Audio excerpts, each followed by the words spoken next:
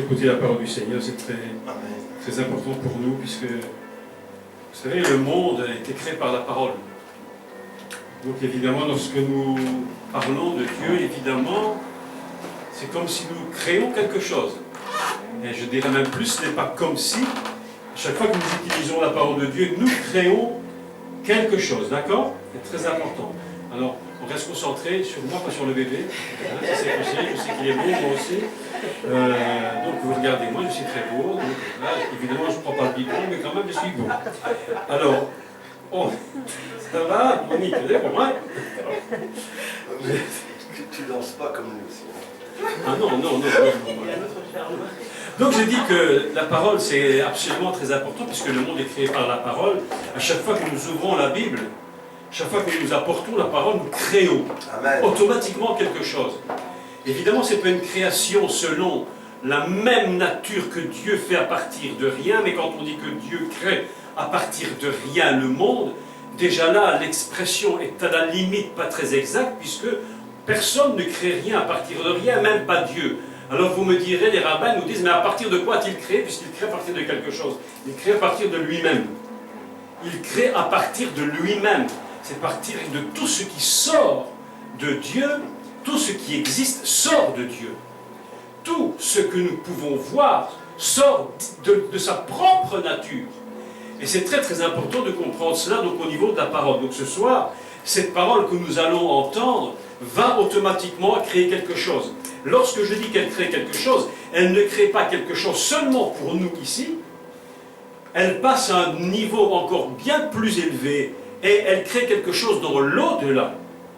Et c'est très important de comprendre que Dieu crée dans l'au-delà quelque chose, parce que nous avons l'impression que Dieu fonctionne ici-bas, mais Dieu fonctionne dans des dimensions différentes, et une des dimensions dans lesquelles il fonctionne, c'est la dimension de l'autre, j'allais dire, de au-dessus, là où nous n'avons pas, nous, directement un accès très compréhensible. Mais Dieu fonctionne de là-haut. Donc, lorsque nous parlons de Dieu, lorsque vous parlez, quelque chose se crée ici, et en même temps se crée là-haut. Et c'est ainsi que Dieu va utiliser ses forces et ses dimensions pour pouvoir produire quelque chose. Il y a un miracle. Il n'y a aucun miracle qui se fait uniquement par de la parole ici-bas. Il faut qu'elle ait une résonance dans le ciel. Et la résonance dans le ciel est très importante. J'expliquais, c'est juste une introduction comme ça qui me vient à l'esprit. J'expliquais cette semaine un principe très très très important lorsque je donnais le cours de Torah ce mercredi. J'expliquais que Dieu a séparé les eaux d'avec les eaux et il a mis pour séparer les eaux d'avec les eaux ce qu'on appelle une voûte céleste. Cette voûte évidemment paraît si immense pour nous. Elle contient les galaxies, elle contient tout ce qu'on peut imaginer. Mais en réalité, pour Dieu, c'est un fin fil qui ne mesure strictement quasiment rien et qui sépare la terre, les eaux d'en bas, avec les eaux d'en haut. Et j'aurai l'opportunité de vous enseigner quelque chose un de ces jours absolument inimaginable en ce qui concerne la parole de Jésus qui dit « Il faut que vous naissiez de nouveau ». Et je vais vous apprendre quelque chose que vous ne pouvez même pas imaginer sur ce texte absolument extraordinaire. D'accord? Donc aujourd'hui, nous allons continuer l'enseignement du livre de Ruth. Et je passais du temps à étudier ce livre, à le lire, tout du moins, j'allais dire les premiers versets, parce que, comme le disait le pasteur lorsqu'on lit Ruth, je vous dis la vérité, on pourrait passer quelques mois, tous les semaines, à parler de ça. Je me suis dit, mais quel niveau dans ce livre? S'il y a un livre qui est bien prophétique, c'est bien celui-là. Et pourtant, les rabbins, les juifs, les rabbins, disons, n'ont pas repris ce livre dans les livres prophétiques. Ils les ont repris dans ce qu'on appelle donc tous les autres livres, qui ne sont pas ni Torah ni prophète, et pourtant c'est un livre excessivement prophétique. Et il est prophétique à un niveau tellement élevé qu'il nous parle du commencement à la fin d'un seul et seul but, la venue du Messie. C'est la seule chose. Je vais vous dire une vérité. Tout ce que Dieu fait, il le fait en fonction du Messie. Le monde a été créé en fonction du Messie. La Bible nous dit que rien n'a été fait sans lui, tout a été fait avec lui, pour lui, par lui, avec lui, en lui. C'est pourquoi dans le livre, dans le texte hébreu, lorsqu'on le lit, qu'on peut comprendre un peu l'hébreu, on se rend compte qu'il dit toujours « dans »,« j'adore dans lui ». Il ne dit pas « j'adore Dieu ». Le texte hébreu dit toujours « j'adore dans Dieu ». J'adore en lui. C'est quelque chose d'extraordinaire. Je n'adore pas seulement comme ça, j'adore en lui. Il n'y a aucune adoration qui sort de nous si elle n'est faite en lui. Et vous comprenez cela? Donc le livre de Ruth est un livre extrêmement prophétique à un niveau absolument incroyable qui touche plusieurs niveaux, évidemment. Il va toucher le niveau Israël, bien entendu. Il va toucher le niveau messianique, bien entendu. Il va toucher le niveau du monde, évidemment. Et il va toucher notre propre niveau, à nous, notre vie. Donc, lorsque j'ai médité sur ce texte, ne sachant pas ce que le pasteur avait dit, je me suis dit, bon, ben, je vais laisser mes pensées selon ce que moi je pense. Et je vais vous enseigner ce soir, une seule chose, les 5 premiers versets. Pas plus. Et quand je dis les 5 premiers versets, j'ai dû encore me restreindre parce que c'était impossible d'arriver à terminer tellement les notions qui contiennent ce livre sont immenses. Donc nous allons lire ensemble, et quand je dis les 5, je viens même de dire une grande erreur, les 3. Les 3 premiers versets. Donc vous allez voir que là-dedans se cachent des secrets mais absolument fantastiques. Et comment Dieu, dans ces petits mots, peut dire des si grandes choses. C'est ça qui est extraordinaire dans la parole de Dieu. Il est capable de réduire dans un minimum un maximum.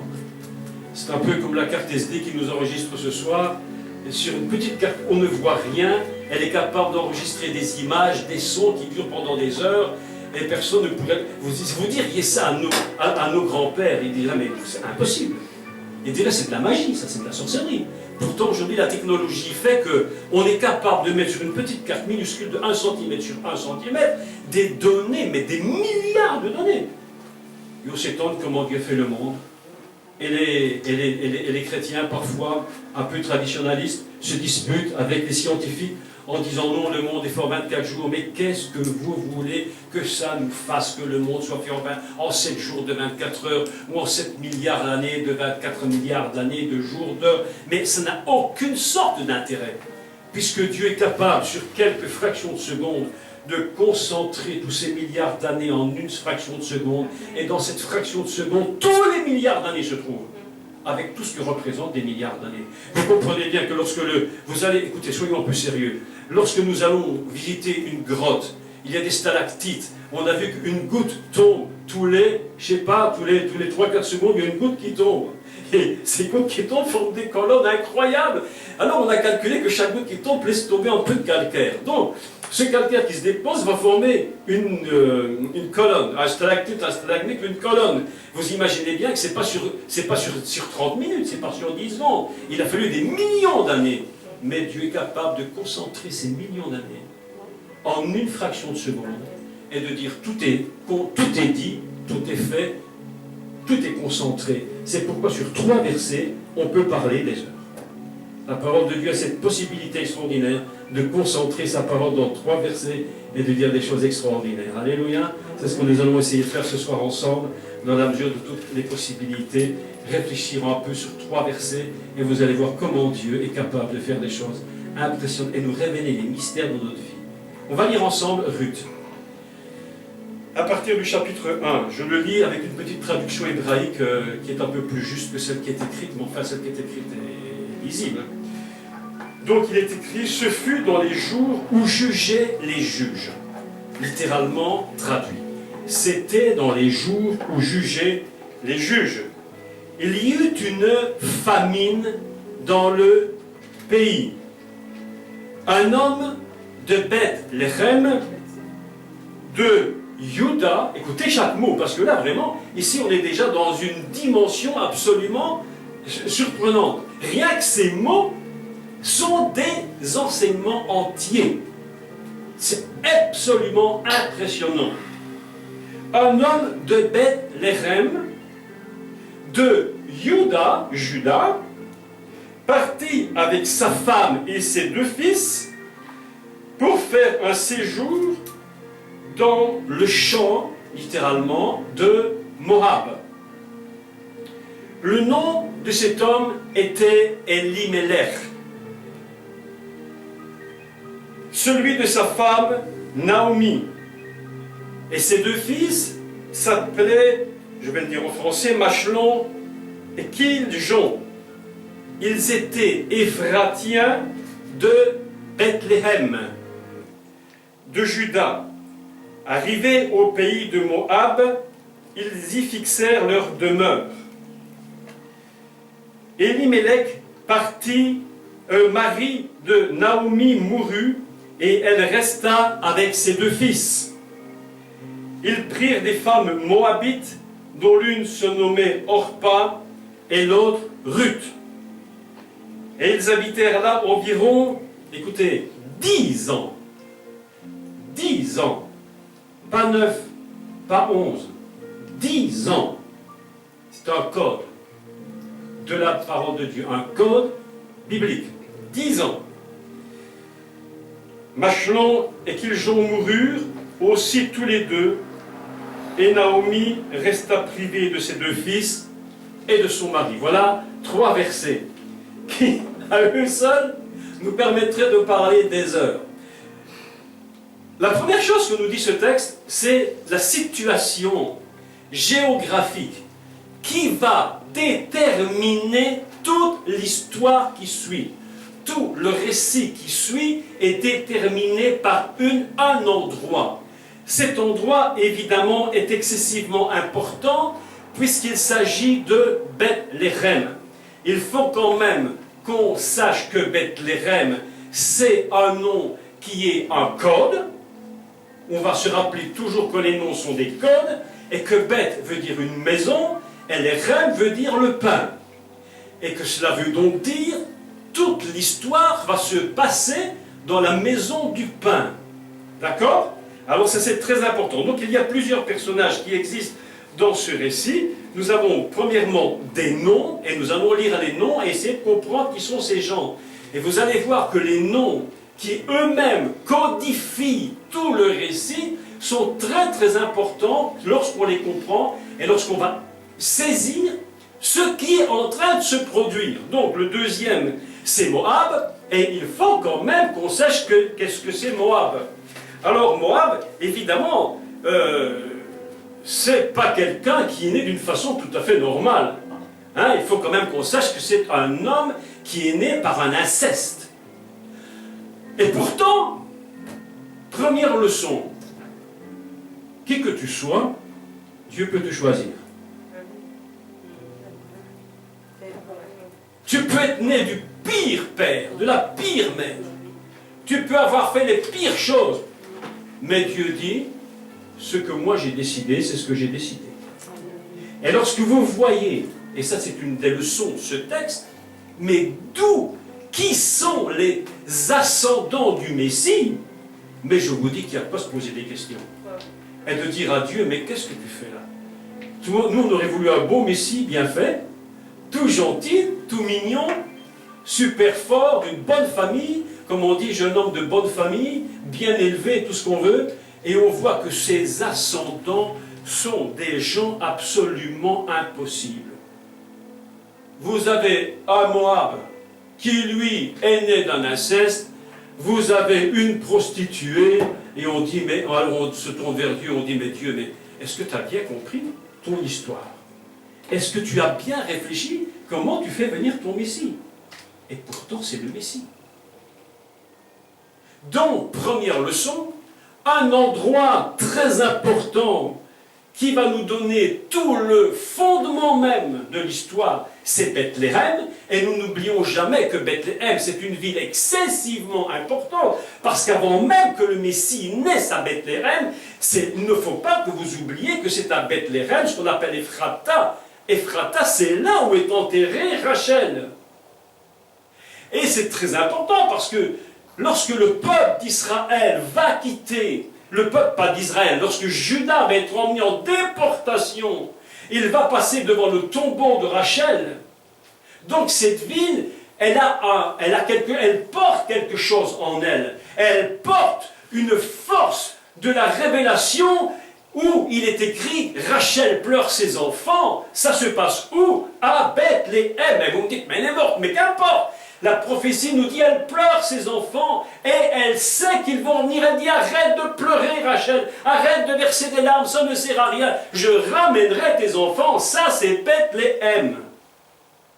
Là où se passe cette histoire, là où toute l'histoire va se passer, quelque chose est en train de se produire. Je vais vous dire quelque chose de très important.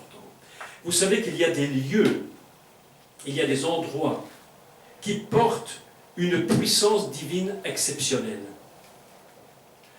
On ne comprend pas pourquoi Dieu a choisi cet endroit de Bethléem. Et pourtant, vous avez remarqué que toute l'histoire se déroule à Bethléem. Donc, une petite ville dont il est dit, elle était tellement petite que vous m'en parlez quasiment même pas, elle n'avait aucune importance politiquement, et pourtant le prophète dit, malgré que tu es la plus petite parmi les toutes petites, et que tu n'as aucun intérêt, c'est toi que je choisis pour produire toutes ces choses.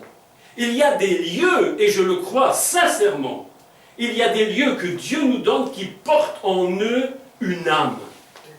Est-ce que vous me comprenez? Oui. Une chose très surprenante, je vais vous dire une chose très surprenante. Vous croyez peut-être que les âmes, il y a une expression qui dit il n'y a pas âme qui vive. Ça veut dire que toi tu as une âme, moi j'ai une âme, nous avons une âme. Mais quelque chose est absolument incroyable. La Torah nous révèle une chose dans le jour numéro 2 et dans le jour numéro 3 et dans le jour numéro 4, c'est que Dieu parle à l'eau, Dieu parle à la terre et il dit à l'eau, produis des âmes. Comment l'eau peut-elle produire des âmes? Comment la terre peut-elle produire des âmes? On a l'impression que c'est quelque chose d'inerte, et pourtant Dieu parle et il dit à la terre, produit des âmes de vie, à l'eau produit des âmes. Je vous dis que la terre a une capacité de produire quelque chose que nous ne pouvons pas voir de nos yeux. Et pourtant Bethléem est cet endroit absolument incroyable, en train de produire quelque chose d'extraordinaire qu'il ne pourra jamais se produire ailleurs. C'est pourquoi le récit de Ruth commence en disant, premier mot, un homme de Bethléem. Pourquoi est-ce qu'on dit un homme de Bethléem? Comment s'appelait-il? Il s'appelait Elimelech. Écoutez le mot. Eli, qui veut dire en hébreu El, Elohim. I, la forme possessive. Eli, mon Dieu. Elimelech, mon Dieu. Melech, le roi. Mon Dieu est mon roi. Ah, mon Dieu est mon roi. Et ça se passe où? À Bethléem. La maison du pain. C'est pas extraordinaire? La maison du pain. L'histoire, le récit se met dans ce lieu-là. Parce que Dieu sait très bien que ce lieu porte en lui une âme très particulière et qu'il faut absolument que ça se passe dans ce lieu particulier pour que se produise tout ce qui va se produire plus tard pour la venue du Messie. Et c'est là, dans ce lieu, que Dieu va choisir un couple avec des enfants et il va produire quelque chose. Il va mettre en eux cette force de l'âme de cet endroit pour que malgré l'exil, et je vais parler de l'exil parce que ça c'est le thème de ce texte, rien ne s'était produit dans ce texte s'il n'y avait pas eu d'exil. Il fallait qu'ils partent en exil pour produire quelque chose. Nous avons exactement la même idée qui se produit. Il fallait que le peuple d'Israël parte en exil en Israël, en Égypte, pour pouvoir être libéré et produire la délivrance. Il faudra donc ici, on a le même principe, un exil, pour produire une délivrance et faire sortir le Messie. Pourquoi je vous dis ceci? N'ayez jamais peur d'un exil. Un exil peut être très positif. Les gens croient souvent qu'un exil peut être négatif. Mais un exil peut être très positif. Pourquoi? Parce que dans ton cœur, là d'où tu viens, l'âme de l'endroit où tu viens, elle est inscrite en toi. Je vous dis une vérité que peut-être on ne vous a peut-être jamais beaucoup parlé de ça, mais je vous dis, il y a des lieux qui portent des forces divines et qui produisent des choses qui ne se produiront jamais ailleurs que dans ces lieux-là. C'est pourquoi, on le dit souvent, il faut être au bon moment et au bon endroit.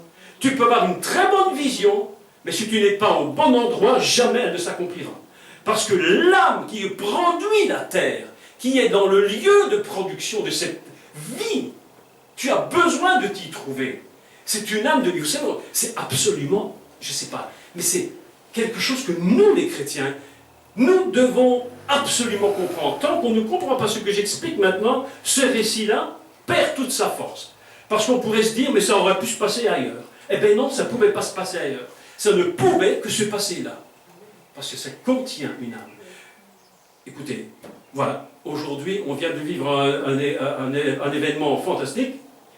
L'Angleterre a quitté l'Europe. Ah. J'ai réfléchi par rapport à Ruth. Vous me direz, mais qu'est-ce que l'Angleterre a à voir avec Ruth? Ben, je vais vous dire ce que ça a à voir. C'est que lorsqu'on veut mettre tout le monde dans le même panier et que tout le monde porte le même chapeau, la même cravate, la même chemise, le même costume, la même nourriture, le même machin, eh bien ça ne fonctionne pas. À un moment donné, il faut trouver notre identité. Et c'est pourquoi les Anglais, enfin un peu plus de la moitié, en avaient marre d'être comme des moutons conduits à l'abattoir. Ils se sont dit, retrouvons notre terre telle qu'elle était. Parce que sur cette terre, il se passe quelque chose que tu ne pourras jamais reproduire ailleurs. Je ne crois pas un mot dans cette Europe, je vous le dis, parce que chaque pays a sa propre âme. Je faisais l'autre jour la remarque à mon épouse, je lui disais, mais c'est étrange, lorsque je vais en France, au moment où je passe la frontière, quelque chose est différent. Elle me dit, ah mais je suis chez moi, parce qu'elle est française. C'est l'âme de la France. Écoutez-moi bien, écoutez bien ce que je vous dis.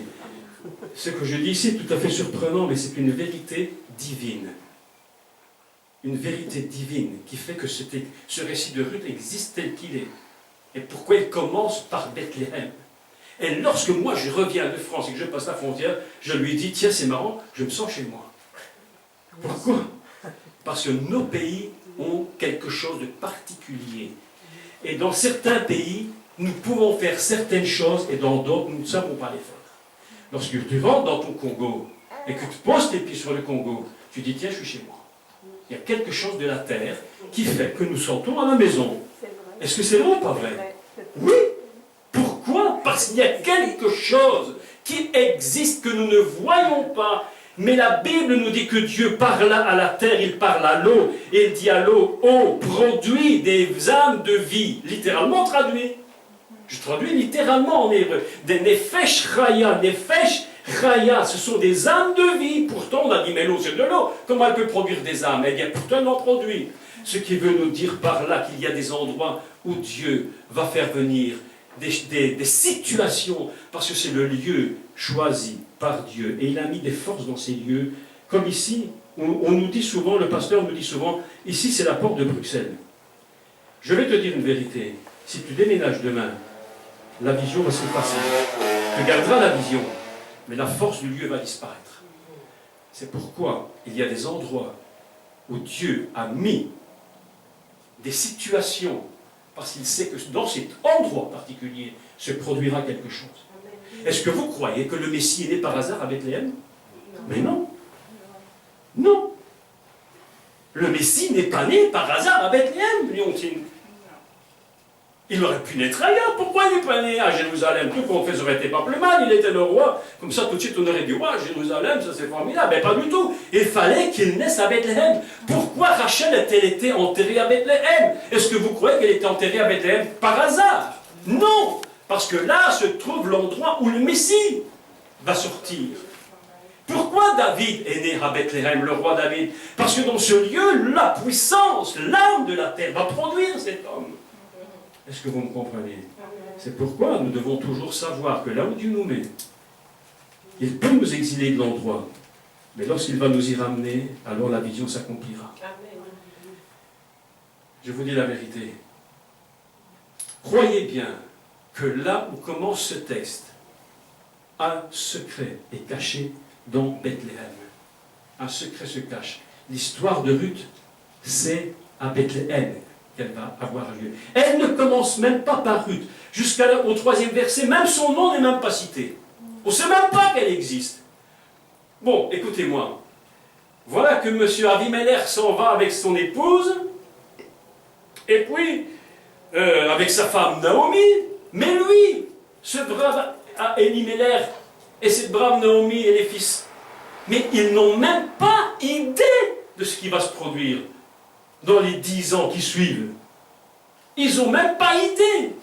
Mais la Bible nous dit qu'il y avait une famine. Une famine où? Dans le pays où ils étaient, à Bethléem, une famine, quelque chose ne fonctionne plus. Ils décident donc de partir sur une terre qui en fait est une terre très très dangereuse, puisque c'est Moab. Et que Moab, c'est quand même pas n'importe quoi. Il faut toujours être très prudent. Même la terre de Canaan, dont ce monsieur avait été maudit, Canaan avait été maudit terriblement. Mais même cette terre de Canaan, à un moment donné, va devenir une bénédiction. Il faut toujours être très prudent. Quand on te dit, faites attention. Il y avait, je me rappelle, j'étais enfant, on chantait un cantique de Canaan, quand verrons-nous la sainte cité. Je ne sais pas si vous connaissez ces vieux cantiques d'autrefois. Ma grand-mère chantait ça, c'était incroyable. Elle connaissait toute mémoire. Et pourtant, c'est un homme qui a été maudit. Mais quand Dieu dit, maintenant, moi je change la situation, Dieu change la situation. Je vous dis, Dieu change la situation. Voilà que la famine vient. Quelque chose de mauvais. En hébreu, famine, on dit rahav. Rahav, c'est amusant comme mot, parce que ra, en hébreu, veut dire mauvais. Quand on dit l'arbre de la connaissance du bien et du mal, on dit eretz, ra, l'arbre mauvais. L'arbre mauvais. Autrement dit, la famine, c'est mauvais. Mais pourtant, tu étais dans un endroit où tu croyais que tout était bien, mais tout à coup, quelque chose va mal. Ainsi commence l'histoire de Ruth. Et même Madame Ruth, qui est là-bas dans son pays de Moab, elle n'est même pas au courant de tout ça. On ne sait, je vais vous dire, on parle de la destinée. Écoutez-moi, la destinée, tu ne sais même pas où tu vas. Tu as une vague idée. Tu as des exils dans ta vie. Tu te dis, pourquoi je suis parti de mon pays? Tu aurais pu rester au Congo, ma soeur. Oui ou non? Ben oui. C'est mes parents. Ben oui, mais qu'importe. C'est tes parents, là aussi c'était les parents. Qu'importe. Tu aurais pu rester dans ton Congo. Tu aurais pu rester en France. Tu aurais pu rester en Italie. Ici, et Cabel, c'est moi. Dans mon propre pays. Vous imaginez? C'est bien entouré. Et on se dit, mais mon Dieu, mais ta main, nous avait conduits, mais nous n'avons même pas compris que c'était ta main. Nous n'avions même pas imaginé que c'était ta main. On ne savait même pas. Il y a des exils que Dieu fait. Et les gens disent, mais qu'est-ce qui m'arrive? Tu ne sais même pas que c'était la volonté de Dieu que tu connaisses un exil. Tu n'avais même pas l'imaginé, cette chose-là.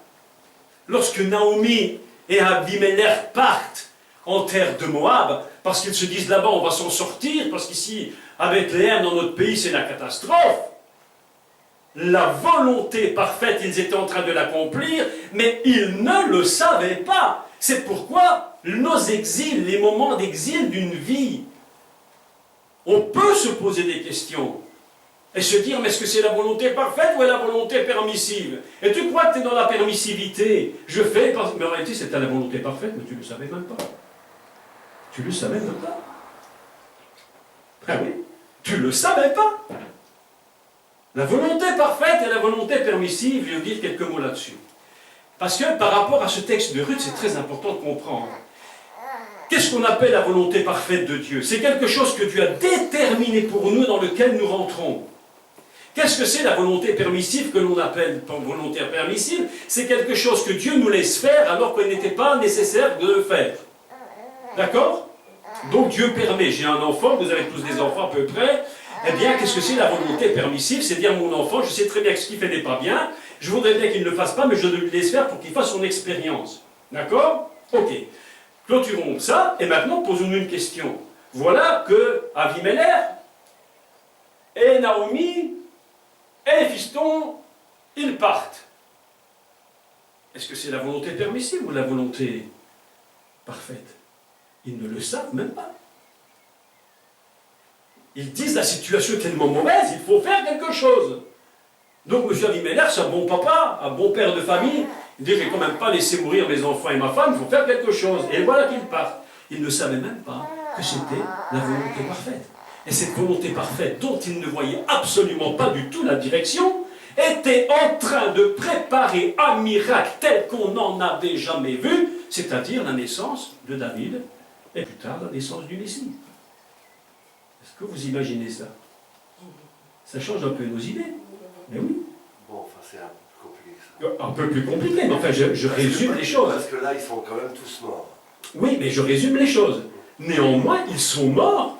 Néanmoins, il était nécessaire qu'ils partent pour qu'ils puissent rencontrer Ruth. Donc, vous voyez que c'est difficile de dire à quelqu'un, c'est parfait, c'est permissif. La frontière, elle est comme un fil. Elle est comme un fil. Elle est comme un fil. Et si tu avais demandé à Abimelech, mais qu'est-ce que tu vas faire là-bas? Il aurait simplement répondu, mais je vais chercher de la nourriture, il faut vivre. Mais il n'avait pas compris que derrière tout ça, se cachait un autre projet de Dieu. Autrement dit, dans nos exils, dans nos difficultés, dans leurs difficultés, là où tu te sens, j'allais dire, déraciné, parce qu'un exil c'est un déracinement. Un déracinement. Tu te sens déraciné de ta terre dans cet exil, ou tu te sens mal, probablement, en te disant, mais je me souviens de ce qu'il y avait là-bas, je me souviens de mon Bethléem, de ma maison, de ma ville, et tu te dis, mais qu'est-ce que je fais ici? Mais tu n'as même pas compris que dans un exil, il y avait un plan de Dieu, parce que tu ne peux pas arriver à voir jusqu'à une certaine limite tout le plan de Dieu. Personne ici, indistinctement, n'a jamais pensé qu'il serait ici il y a seulement 20 ans. Jamais. Cette maison, personne n'avait même pas pensé à ça. Pourtant, un jour, Dieu a dit, là où je vous ai mis, je vous conduis jour par jour. Jésus a dit une chose formidable. Écoutez-moi. Il a dit, chaque jour suffit sa peine. On a des visions, on a des buts. Ok. Il faut des buts pour avancer. Mais la façon dont Dieu va les mettre en place, lui regarde lui-même. Voilà donc qu'ils partent en exil. Et la Bible nous dit une chose formidable, et c'est un code de la Bible. Ils partent pour 10 années. Que représente 10? Dieu. Tu peux être dans ton exil, mais Dieu est là. Dieu est avec toi pendant ces 10 années. C'est le code. 10 représente Dieu. Lorsque, à la fin de l'histoire de Naomi, le même chiffre va revenir pour bénir Naomi et son mari. Ils étaient 10 anciens qui étaient à la sortie de cette histoire. Dieu a le contrôle. Dieu a le contrôle de cette histoire. Il est en train de mettre en place de manière totalement invisible la venue de celui qui a été prophétisé depuis la nuit des temps, le Messie. Personne n'aurait été capable de comprendre la raison de cet exil. Personne ne pouvait comprendre ça. Personne n'avait imaginé qu'il allait. Et pourtant, voilà que l'homme s'appelle mon Père, mon Dieu est roi. Vous imaginez la charge émotionnelle de porter un nom comme celui-là. Quelle charge extraordinaire. S'appelait mon Dieu est roi. Et voilà que tu pars en exil avec un homme qui s'appelle Elimelech. Il part et on se dit, mais Seigneur, tu t'es trompé. Il est parti, on avait tous nos espoirs, et le voilà qu'il meurt. Terrible. Et puis voilà que ses 2 fils meurent. Terrible. On se dit, mais Dieu, mais tu t'es trompé. Est-ce que c'était vraiment le chemin que je devais prendre? Mais qu'importe. Dieu est en train de mettre un plan. Dieu est en train de tracer une route. Je suis en paix dans mon âme et dans mon esprit aujourd'hui, mes amis, parce que je me dis chaque jour, Dieu trace ma route. Peut-être tu n'as pas compris tout ce qui t'arrive, peut-être tu te dis j'ai fait des erreurs, et certainement nous en avons tous fait, mais Dieu trace une route pour arriver à sa finalité, Dieu a décidé, je vous le dis clairement, que son plan s'accomplirait pour votre vie. Il trace une route, c'est à nous de nous dire chaque jour, Dieu, si je ne comprends pas tout, je ne veux même pas m'en inquiéter, mais je sais que tu traces une route. Les voilà en exil. Et puis ils apprennent, après, ce sera des autres thèmes d'enseignement, ils apprennent que la famine se termine et que Dieu a visité le peuple, et que maintenant ils ont du pain à manger. C'est extraordinaire. Elle se dit, mais c'est le moment de retourner. Elle retourne. Évidemment que Naomi, lorsqu'elle rentre à Bethléem, je pense que Naomi et son mari devaient être des gens importants quand même. Parce que lorsque Naomi est rentrée à Bethléem, tout le monde l'a reconnue. Bon, évidemment, Bethléem, c'était pas Paris, hein. C'était pas millions de gens, évidemment. C'était pas Bruxelles, c'était pas 10 millions de gens. C'était peut-être quelques centaines, un millier, peut-être à tout casser, encore même pas. Mais enfin bref, elle revient et on la reconnaît tout de suite et on dit c'est Naomi. Elle revient. Ah. Elle dit ne m'appelez plus Naomi. Je suis dans une catastrophe. La catastrophe. J'étais en exil, on essayait de s'en sortir, c'était pire que jamais. Je reviens, mes fils sont morts, mon mari est mort, j'avais 2 belles filles, il y en a une qui est repartie, il y en a une qui reste. Et elle ne savait même pas, pourquoi elle était revenue avec eux. Je voudrais vous enseigner ceci simplement. Sur ces 3 versets, vous pourrez lire tellement de choses. Ne t'inquiète jamais de ton exil. Ne t'inquiète pas de ton lendemain. Si tu as confiance en Dieu, il fera ce qu'il doit faire pour toi. Ce qu'il a promis de faire, il le fera. Il le fera. Est-ce que vous me comprenez? Il a un plan qu'il a déjà tracé. Et je crois de tout mon cœur, de toute ma force, que même si tu ne comprends pas, au moins, reconnais que Dieu est là. Si tu ne comprends pas, reconnais au moins que Dieu est avec toi chaque jour. 10 ans en exil, qu'importe. Qu'importe. Dieu est avec toi. Et je te dis, Naomi, écoutez bien le plan incroyable de Dieu. Mais là, je dis, il est vraiment incroyable. Il a fallu qu'il fasse partir ce couple. Il a fallu d'abord qu'il crée une famine. Ah, Seigneur, pourquoi tu crées une famine? Alors que nous, on est en train de prier tous les jours en disant, nous avons l'abondance. Ah. Il a fallu qu'il crée d'abord une famine pour faire partir ce couple. Il a fallu que ce couple revienne avec une femme qui s'appelle Ruth. Mais où est-elle revenue? Elle est revenue sur la terre de Bethléem. Pourquoi? Elle aurait pu repartir ailleurs. Pourquoi elle revient à Bethléem? Parce que je vous dis que Dieu la pousse dans cette terre. Parce que là, à Bethléem, il y a quelque chose qui va produire la force messianique qui va venir. Je dis, et j'en suis convaincu, il y a des lieux dans lesquels Dieu nous place, nous avons vachement intérêt à y rester. Je vous dis que nous avons vraiment intérêt à y rester.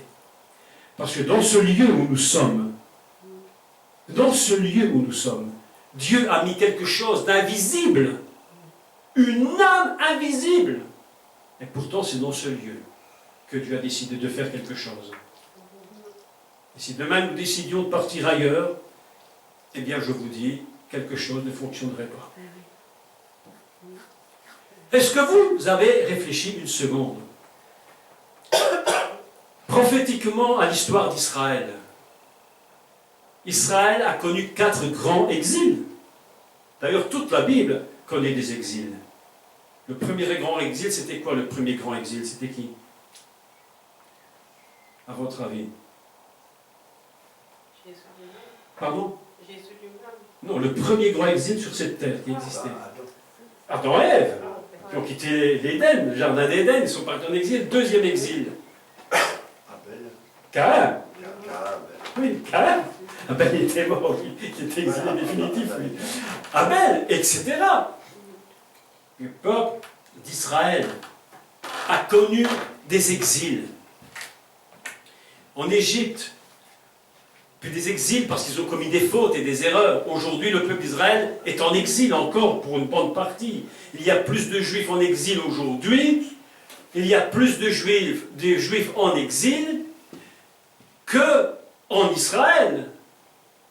L'exil, c'est quelque chose qui est terrible, parce que l'exil, c'est comme si on était errant. D'ailleurs, on a dit le juif errant. Pourquoi on parle du juif errant? Cette expression, c'est un juif errant. Parce que dans la tête et dans la pensée collective du monde, le juif, il a perdu sa patrie, son pays. Il est errant. Il est errant. Écoutez bien maintenant. Je vais vous dire une vérité, peut-être certains comprendront, d'autres pas. Un juif, écoutez bien ce que je vais vous dire, hein. Un juif qui n'est pas en Israël, même s'il est milliardaire, même s'il s'appelle Rothschild, même s'il possède les banques du monde, est un juif errant. Le seul juif, vrai dans la force du juif, réellement, il ne l'est que sur sa terre. Pourquoi? Parce que la terre d'Israël contient quelque chose qu'aucune terre ne contient, qui peut nourrir un juif. Il y a des gens qui sont attirés par Israël, on ne sait même pas l'expliquer. Ils ont besoin d'y être 2 fois, 3 fois par an. J'ai connu un monsieur qui avait une âme juive, il n'était pas juif, enfin, pas qu'on sache tout du moins, et il était attiré par cette terre, il disait cette terre, il faut que j'y aille, il faut que j'y aille. Et un rabbin que nous avons été écouter à Paris il y a quelques années avait dit une chose formidable, mais formidable, je n'oublierai jamais cet homme. Aïe, aïe, aïe, aïe, aïe, je vous dis que je l'ai entendu une seule fois, il a changé ma vie. Pourtant il ne prend même pas Jésus, il est contre. Mais je vous dis quelque chose, il a changé ma vie. Ce que je suis en partie aujourd'hui, cet homme a fait pour moi, il ne sait même pas. Cet homme a dit, à une question qui lui était posée, pasteur.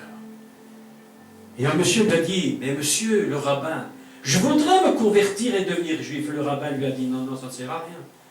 Si le matin tu te lèves avec la Torah, si le soir tu te couches avec la Torah, si la journée tu penses à la Torah, c'est que ton âme est juive. Je vous dis la vérité. Il y a des gens qui ont besoin d'aller là-bas, parce qu'il y a quelque chose en eux qui fait qu'ils ne seront jamais qu'uniquement ce que Dieu veut vraiment qu'ils soient, aussi longtemps qu'ils resteront ici, ils ne seront pas. Il faudra qu'ils aillent. C'est ça qu'on appelle l'Aliyah. Le retour sur une terre qui est capable de produire quelque chose où un juif ne pourra jamais être un juif totalement rempli de la notion du judaïsme profondément divine que s'il est sur sa terre. Naomi, elle n'est vraiment Naomi qu'à Bethléem. À Moab, elle n'est plus Naomi. Elle a tout perdu. Elle n'a récupéré qu'une belle fille. C'est triste pour elle. Mais Naomi n'est Naomi qu'à Bethléem. D'ailleurs, c'est écrit une chose formidable, fantastique. Il est dit que les 2 fils, il était de Bethléem et il était Ephratien. C'est quoi Ephrata? C'est Bethléem. Ephrata, c'est Bethléem. Ces 2 fils ne sont véritablement que des Bethlémites s'ils sont sur leur terre. Il y a quelque chose qui ramène Naomi à Bethléem. Elle n'est véritablement elle-même que si elle revient. Et c'est pourquoi tout le mystère de Dieu se produit avec Ruth. Elle dit, mais si tu repars, je pars avec toi. Si tu meurs, je meurs avec toi. Si tu vis, je vis avec toi. Et si tu as un Dieu, je l'accepte encore comme mon Dieu. Mais c'est incroyable. Quelque chose était en elle extraordinaire. Vous savez que les grands maîtres d'Israël, c'est absolument extraordinaire de le dire, mais les grands maîtres, qu'on appelle les maîtres d'Israël, tels que Rambam, Rashi et tous ces gens où tout le monde dit « Ah, ces juifs extraordinaires », eh bien je vous annonce que ces gens n'étaient pas juifs. Ils le sont devenus par conversion. Parce qu'il y avait quelque chose en eux, une âme juive, qui fait qu'ils ont dû partir et vivre dans la Torah et vivre dans ce judaïsme extraordinaire. Imaginez aujourd'hui si le peuple d'Israël se retrouvait tous sur leur terre. quelle onction et quelle puissance. Il y a des lieux, mes amis, écoutez-moi bien, il y a des lieux où tu as de l'onction et des lieux où c'est plus difficile. Est-ce que vous vous êtes posé la question? Pourquoi Jésus priait au milieu des oliviers? Pourquoi pas au milieu des orangers, tout compte fait? Jésus était toujours au jardin des oliviers. Est-ce que vous avez remarqué? Pourquoi il n'était pas au jardin des orangers? Il y avait des oranges en Israël. Il y avait des citronniers en Israël. Pourquoi il n'était pas au jardin des citronniers? Pourquoi il est au jardin des oliviers? Parce qu'il y a quelque chose dans ce lieu de tellement puissant et de symbolique que l'huile qui sert et qui représente l'onction, c'est l'olive. Jésus s'entoure de l'onction. Il prie entouré d'oliviers. Vous me direz, mais il aurait été au jardin des champs, au jardin d'autres choses, c'était le même. Mais non, c'était pas le même. C'était pas le même. Il y a des chrétiens, ils se disent, mais moi je prie tout seul chez moi, c'est bon. Eh bien non, c'est pas le même que si tu pries dans un endroit où il y a vraiment des gens qui ont de l'onction, où il y a quelque chose qui se produit. Est-ce que vous me suivez? Vous avez plus, quand vous voulez avoir quelque chose de spécial, si vous venez, le pasteur me disait l'autre jour, c'est marrant, dans cette petite chapelle, il y a quelque chose. Pourquoi il y a quelque chose? Parce qu'il y a des lieux choisis. Des lieux choisis qui produisent des choses, qui produisent des âmes, qui nous donnent quelque chose. Qui nous donnent quelque chose. Naomi n'est véritablement Naomi que si elle est avec elle. Elle va repartir avec sa belle-fille. Et Ruth devient une des premières converties au judaïsme. Et cette première conversion est tellement extraordinaire. Ces paroles sont fantastiques. Là, tu iras, j'irai. Si tu meurs, je mourrai là où tu es. On m'enterrera là où tu es enterré. Ton Dieu sera mon Dieu. Tout ce que tu es, je veux l'être. Cette conversion fait d'elle une âme juive, une âme bethléemite. Elle ne pouvait qu'engendrer le Messie. C'était impossible. Ces 3 premiers versets m'ont tellement parlé par rapport à ce thème de l'endroit et du lieu. Je me suis dit, mais pourquoi Dieu nous a-t-il donné ce commencement-là? Ce commencement extraordinaire. Dans les jours où jugeaient les juges, il y eut une famine, décodage, Dieu l'avait prévu, il avait voulu. Un homme de Bethléem, de Juda, parti avec sa femme et ses 2 fils pour faire un séjour dans le champ de Moab. Toute l'histoire de Ruth ne fonctionne qu'à par rapport à ce premier verset. Tout est à Bethléem. Tout se joue dans ce lieu. Je crois ce soir que Dieu est en train de nous dire une vérité qu'il ne faudra jamais oublier. C'est dans ce lieu que je réaliserai la vision. C'est dans ce lieu. Si ce lieu, si vous le quittiez, je ne pourrais plus accomplir ce que j'ai décidé d'accomplir. La promesse finale dépend aussi d'un lieu. Pas seulement de la foi, pas seulement de la confiance que nous avons en Dieu. Est-ce que c'est vrai, oui ou non? Est-ce que vous me comprenez? Pas seulement de dire j'ai une vision et je crois. La vision va se définir dans un endroit. Et c'est toute l'histoire de Ruth se définit dans un lieu qui s'appelle Bethléem. Et c'est là, à Bethléem, que le Messie va naître. Toi et Bethléem, la plus petite parmi Ephrata, etc., vous connaissez la parole. Personne ne croyait en toi, personne ne voulait de toi. On t'a dit, mais regarde où tu en étais à Bethléem, tu étais un homme important, tu étais quelqu'un de formidable, et maintenant tu es parti en exil. Ton exil, qu'est-ce que tu te rends compte que tu es parti faire? Tu as perdu ton mari, tu as perdu tes 2 enfants, et elle revient complètement affaiblie, complètement triste. Elle se dit, ne m'appelez plus Naomi, appelez-moi Mara. Pourquoi elle se dit, appelez-moi Mara? Parce qu'elle n'avait pas compris qu'elle était vraiment Naomi, la Bethléemite, celle qui allait permettre le retour de Ruth. et qui allait engendrer le Messie. Il y a des gens qui sont des serviteurs de Dieu, Claudio. Il y a des gens qui servent comme intermédiaires pour que Dieu fasse des choses. Ils servent comme intermédiaires. Naomi, c'est un instrument choisi pour ramener Ruth. Elle est choisie, c'était son appel. Elle le savait à la limite même pas pourquoi. Mais à la limite, elle ne le sait même pas. Mais qu'importe que tu le sais ou pas, si tu es Dieu, t'utilises comme un instrument, sois réjoui. Réjouis-toi de ce que Dieu te demande. Réjouis-toi de ce que Dieu fait avec toi. Ruth, c'est Ruth. Naomi, c'est Naomi. David, c'est David. Il y en avait beaucoup qui auraient pu être comme David. Il y avait tous ses frères qui étaient plus grands, plus formidables d'apparence.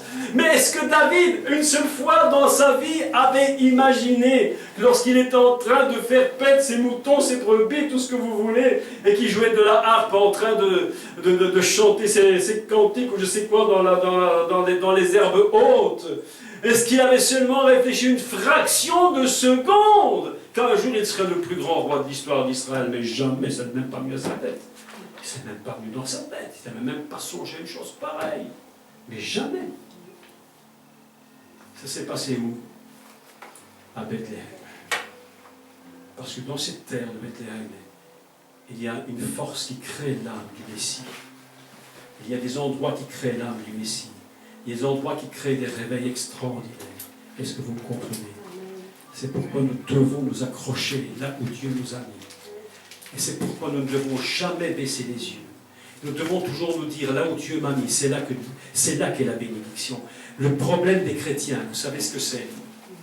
Des croyants, c'est que souvent, comme la bénédiction ne vient pas assez rapidement, ils vont vite courir chercher, voir si ça ne fonctionne pas mieux ailleurs.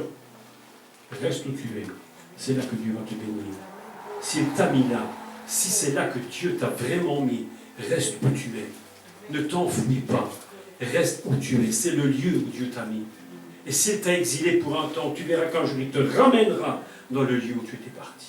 Parce que Dieu sait que c'est là que se trouve la bénédiction. Est-ce que ce n'est pas un texte extraordinaire? Je crois que ce texte de Ruth commence à un niveau que nous n'avons même pas compris. Ce n'est pas simplement une petite phrase d'introduction.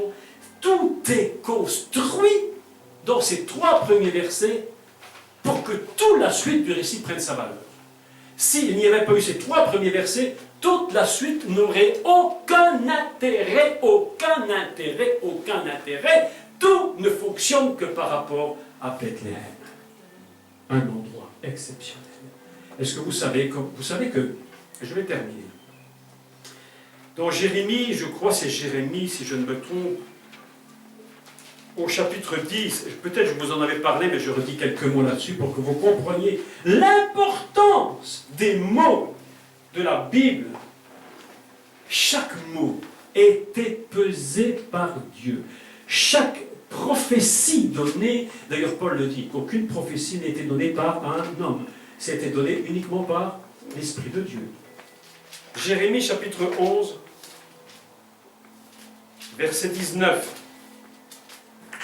Écoutez ceci, parce que là c'est vraiment quelque chose d'absolument fantastique. Monique, écoute ça. Là, c'est fantastique. Vous vous souvenez très bien que dans le jardin d'Éden, il y avait donc au milieu du jardin un arbre, l'arbre de la vie. Quel est le but du diable? Qu'il n'existe plus cet arbre. S'il n'y a plus d'arbre de la vie, il est le mettre à bord.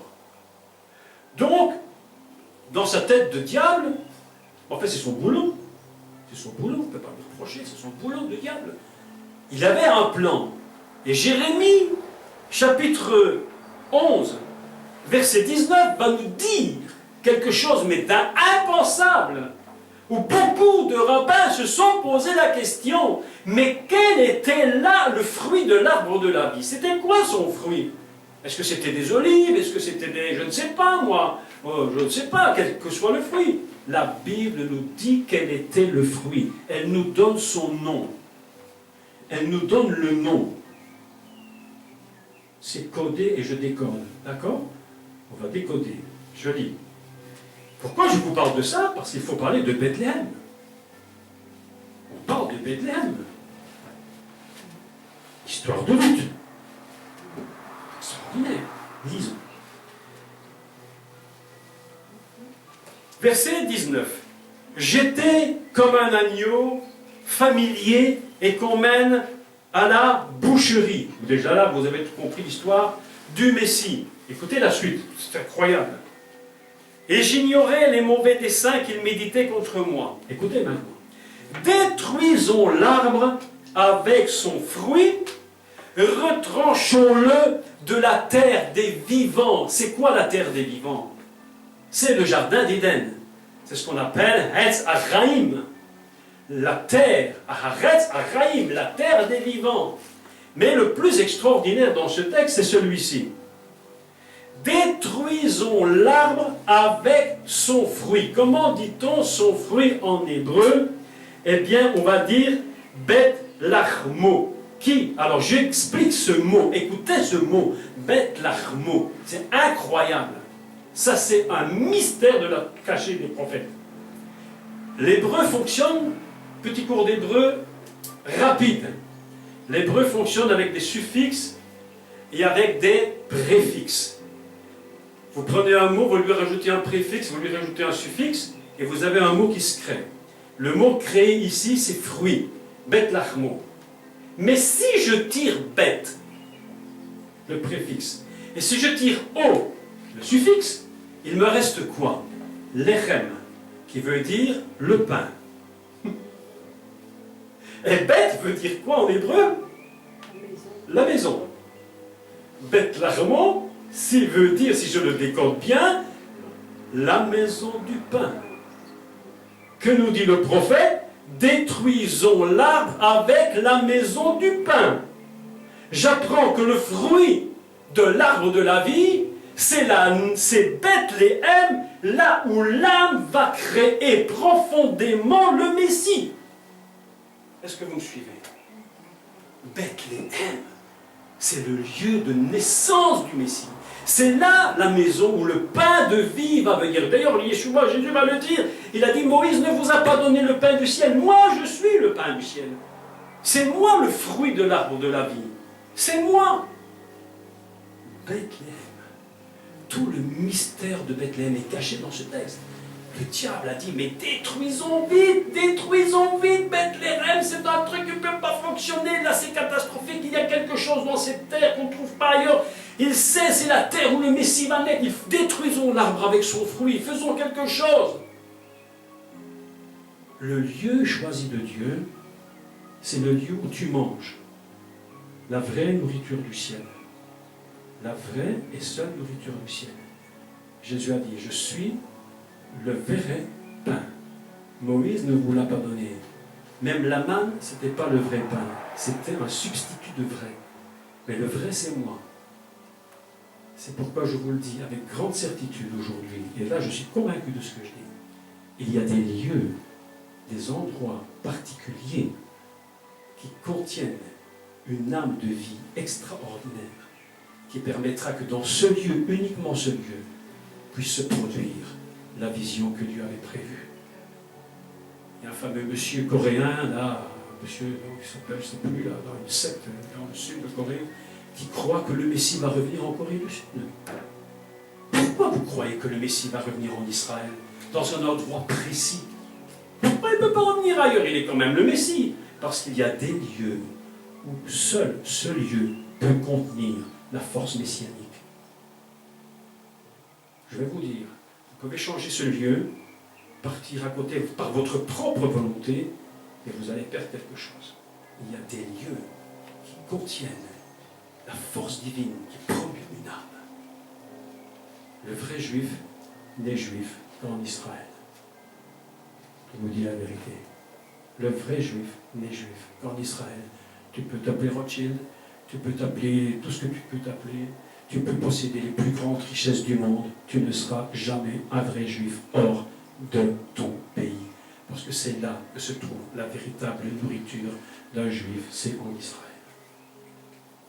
Donc aujourd'hui, je vais clôturer en vous disant ceci. Le lieu où Dieu vous a mis, c'est le seul lieu où vous êtes capable de recevoir la bénédiction finale. Ne t'inquiète pas de ton exil, n'aie pas peur. Chaque jour suffit sa peine. Jésus a dit, ne vous inquiétez pas de ce que vous mangerez. Qu'est-ce que ça a comme importance?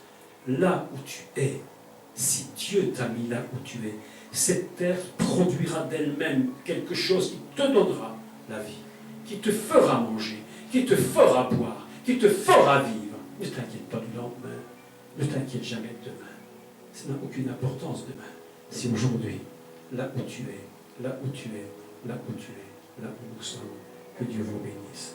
Pour ces 3 petits versets, il faudrait maintenant faire 1 heure chaque fois pour 3 versets, donc on est encore là l'année prochaine. Mais grâce à Dieu, nous avons l'opportunité de parler encore de ces choses. Que Dieu vous bénisse. Merci de m'avoir écouté.